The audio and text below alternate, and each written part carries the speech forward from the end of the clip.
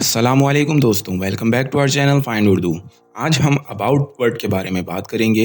About का मतलब होता है किसी चीज़ के बारे में या किसी टॉपिक के हवाले से।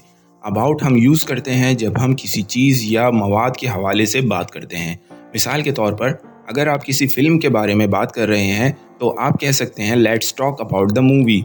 दूसरी मिसाल देखते हैं, अगर आप किसी इवेंट के डिटेल डिस्कस कर रहे हैं तो आप कह सकते हैं tell me more about the event. आप कुछ सेंटेंसेस के ज़रिए समझते हैं। He said to me let's talk about the project and then we discussed its detail.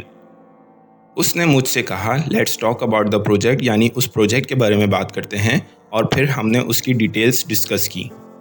I asked him tell me more about your trip and he told me some interesting stories about his journey.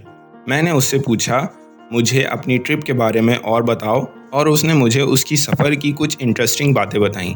About एक word है जो हमारी conversations में किसी चीज़ या topic के हवाले से बात करने में मदद करता है। उम्मीद है आपको अबाउट का मतलब समझ में आ गया होगा। मिलते हैं अगली वीडियो में। खुदा हाफिज़।